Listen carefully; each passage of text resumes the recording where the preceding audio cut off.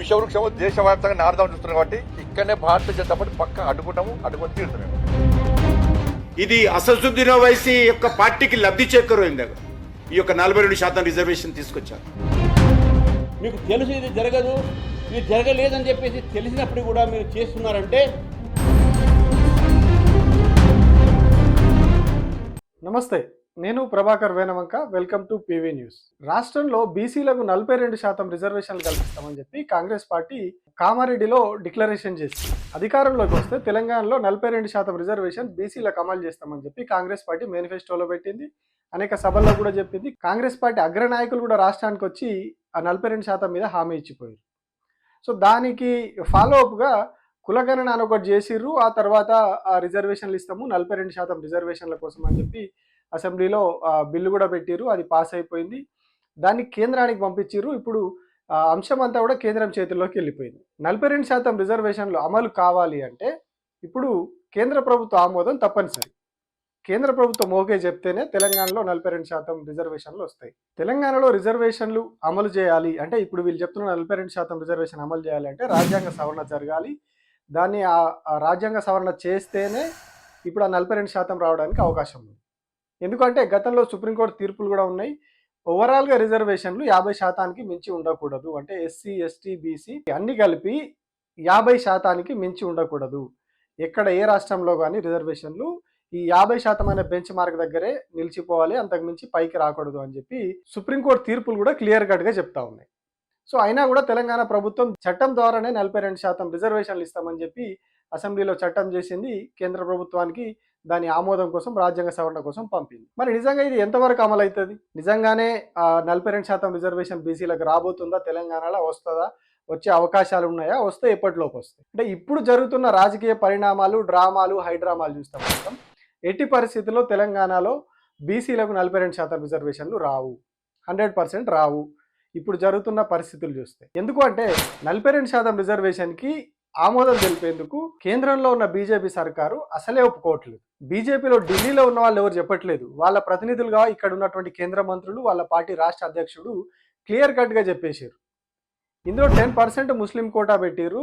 రాష్ట్రంలో 10% ఉన్న ముస్లింలకు మీరు 10% అంటే 100% రిజర్వేషన్లు ఎట్లా ఇస్తారు? బీసీలలో ఉన్న 10% మైనారిటీలను పక్కన పెడితేనే మేము 42% రిజర్వేషన్కి ఆమోదం తెలుపుతామని చెప్పి చెప్తా ఉన్నారు. అంటే ఆ 10% మైనారిటీలను పక్కన పెట్టేసి 42% బీసీలకే ఇవ్వాలి. కొందరు ముస్లింలను ఎవరైతే బీసీలుగా చూపించారో రాష్ట్రంలో జరిగినటువంటి ఆ కులగణన సమయంలో వాళ్ళని తొలగిస్తేనే మేము దానికి ఆమోదం తెలుపుతామని చెప్పి ఆల్రెడీ ఇక్కడ ఉన్నటువంటి బీజేపీ ప్రతినిధులుగా ఉన్న కేంద్ర మంత్రి కిషన్ రెడ్డి, బండి సంజయ్, అట్లాగే రాష్ట్ర అధ్యక్షుడు రామచంద్రరావు కూడా చెప్పారు.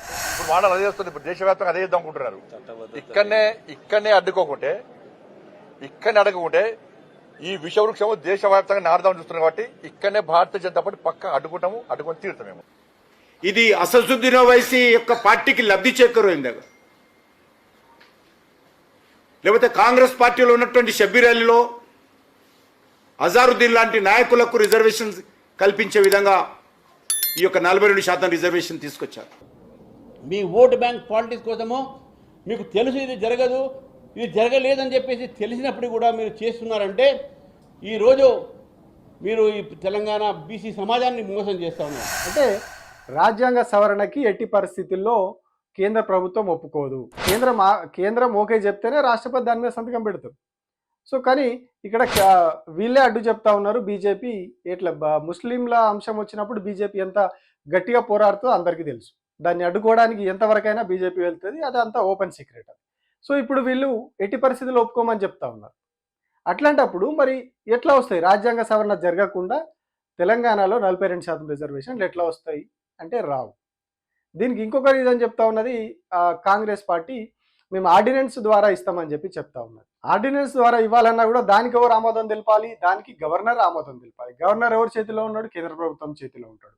ఇప్పుడు ఆల్రెడీ రాష్ట్ర ప్రభుత్వం గవర్నర్ దగ్గరికి పంపించిన ఆర్డినెన్స్ కూడా కేంద్ర హోంశాఖ దగ్గరికి పోయింది. దీనికి న్యాయపరమైన చిక్కులేంటి, దీన్ని ఎట్లా చేయాలి, చేస్తే వచ్చే ఇబ్బందులు ఏంటి, ఇవన్నిటి గురించి అధ్యయనం కోసం ఇది కూడా కేంద్ర ప్రభుత్వం దగ్గరికి పోయింది, కేంద్ర హోంశాఖ దగ్గరికి పోయింది. ఆర్డినెన్స్ ద్వారా అయినా రాజ్యాంగ సవరణ ద్వారా అయినా రెండు కూడా కేంద్ర ప్రభుత్వం ద్వారానే కావాలి, వాళ్ళ ఆమోదం తెలిపితేనే కావాలి. సో ఇప్పుడున్న పరిస్థితుల్లో మేము ఎట్టి పరిస్థితుల్లో ఒప్పుకోమని చెప్పి వాళ్ళు క్లియర్ కట్గా చెప్తా ఉన్నారు. తెలంగాణలో ఆల్రెడీ 34% రిజర్వేషన్లు బీసీలకు ఉన్నాయి ఇప్పుడు. సో దాన్ని 42% పెంచాలి. ఒక 8% మేము పెంచిస్తున్నామని కాంగ్రెస్ చెప్తా ఉన్నది. కానీ బీజేపీ ఏం వాదిస్తూ ఉన్నది, మీరు 8% బీసీలకు పెంచలేదు, అందులో ఆల్రెడీ బీసీలకు ఉన్న 34%లో 2% తగ్గించి 10% అందులో మైనారిటీలను తీసుకొచ్చి చేర్చిర్రు. సో దాన్ని 42% అని మీరు చెప్తా ఉన్నారు. కాబట్టి మేము ఎట్టి పరిస్థితుల్లో ఒప్పుకోమని వాళ్ళు అంటా ఉన్నారు. సో ఇప్పుడు 2 ఆర్డినెన్సు, అటు రాజ్యాంగ సవరణ 2 కూడా కేంద్రం చేతుల్లో చిక్కుకున్నాయి. కేంద్రంలో ఉన్న బీజేపీ దీనికి ఎందుకు ఆమోదం తెలుపుతుంది? ఎట్టి పరిస్థితుల్లో తెలుపదు. సో ఇటు ఆర్డినెన్స్ ద్వారా కాదు, అటు రాజ్యాంగ సవరణ కూడా కాదు. మరి ఎందుకు కాంగ్రెస్ పార్టీ ఇంత హంగామా చేస్తూ ఉన్నది? మేము బీసీలకు 42% రిజర్వేషన్లు ఇచ్చేసినాము, మేము చట్టం చేసినాము, మమ్మల్ని మించిన పార్టీ లేదు. అటు దేశంలో అయితే రాహుల్ గాంధీ ఎక్కడికి పోయినా తెలంగాణ మోడల్ బీసీ కులగణన, బీసీలకు రాజ్యాధికారం అని చెప్పి మాట్లాడుతూ ఉన్నారు. మొన్న ఏఐసిసి సభ్యులందరితో కూడా కూర్చొని ఓ పవర్ పాయింట్ ప్రజెంటేషన్ ఇప్పించుకున్నారు. అందరూ రాహుల్ గాంధీ ఇక ప్రశంసలతో రేవంత్ రెడ్డిని ముంచెత్తిరు. నేను అనుకున్న దానికంటే అద్భుతంగా చేసిండు కులగణన విషయంలో. మరి ఎక్కడ దీనికి చట్టబద్ధత ఎప్పుడు వస్తుంది, అమల్లోకి ఎప్పుడు వస్తుంది? స్థానిక సంస్థల్లో ఇస్తామని చెప్పారు. స్థానిక సంస్థల ఎన్నికలు హైకోర్టు ఇచ్చిన గడువు కూడా అయిపోతా ఉన్నది. వీళ్ళు ఇంకా కొట్లాట అక్కడనే ఉన్నది. సో మరి వీళ్ళు ఢిల్లీ స్థాయిలో పబ్లిసిటీ చేసుకుంటా ఉన్నారు, దేశవ్యాప్తంగా ప్రచారం చేసుకుంటున్నారు. బీహార్లో పోయి రాహుల్ గాంధీ మాట్లాడుతూ ఉన్నాడు. ఇటు సామాజిక న్యాయం అని చెప్పి అటు బీజేపీ కూడా మాట్లాడుతూ ఉన్నది. కాంగ్రెస్ పార్టీ పోయి ఢిల్లీలో పెద్ద సభ పెడతామని చెప్పి చెప్తా ఉన్నారు. అంటే అన్ని బీసీ సంఘాల నాయకులు, బీసీలు అందరూ కూడా మాకు మద్దతుగా రావాలి, మేము ఢిల్లీలో సభ పెడతామని చెప్తా ఉన్నారు. సో మరి ఈ సభ ద్వారా ఒరిగేది ఏంటిది? వీళ్ళు చేసిన కులగణన ద్వారా, వీళ్ళు అసెంబ్లీలో చేసిన చట్టం ద్వారా, ఆ తర్వాత చేసిన ఆర్డినెన్స్ ద్వారా, ఇప్పుడు ఢిల్లీలో చేయబోయే ఈ ప్రదర్శన ద్వారా జరిగేది ఏంటిది? కేవలం పొలిటికల్ మైలేజ్. ఇటు కాంగ్రెస్ పార్టీకి పొలిటికల్ మైలేజ్, అటు హిందువులకు రావాల్సిన రిజర్వేషన్లు ముస్లింలకు మళ్ళీ ఇస్తా ఉన్నది కాంగ్రెస్ పార్టీ అని చెప్పి అటు బీజేపీ ప్రచారం చేస్తూ ఉంది. కాబట్టి అటు బీజేపీకి పొలిటికల్ మైలేజ్.